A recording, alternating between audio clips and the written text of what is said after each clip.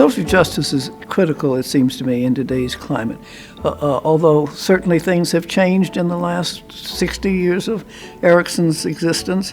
it hasn't changed enough. And we still have large numbers of people who have been excluded from the opportunities that are available to the vast majority of Americans.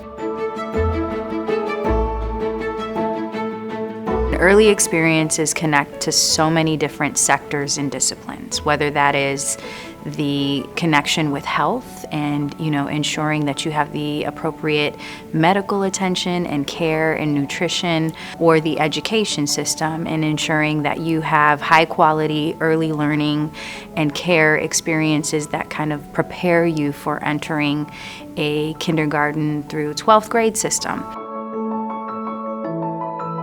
It's really important that we figure out how to ensure that the message of the first 5 years being the most critical in development gets out to a variety of stakeholders. And so we've been engaged in designing very specific learning opportunities for different types of Illinois leaders, and really helping them understand how their sector, their influence can connect to early childhood and how they can actually have a positive impact when it's informed by research and science, and then they combine that with their leadership.